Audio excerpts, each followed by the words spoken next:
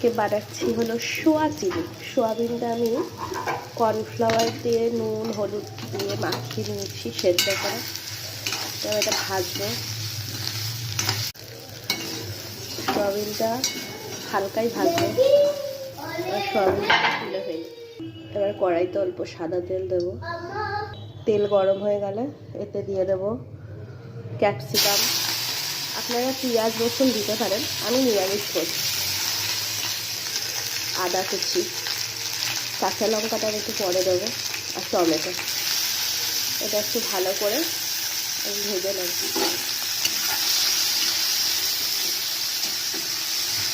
বাটিটার মধ্যে আমি cornflour, soya sauce, chilli sauce, কাঁচা লঙ্কা, নুন, মিষ্টি সস দিয়ে এটা ভালো, বাটির গোলাটা এটার মধ্যে দিয়ে এটা ভালো করে টস করবো। টু ইট আমাদের সোয়া চিলি। ভালো লাগলে চ্যানেলটা সাবস্ক্রাইব।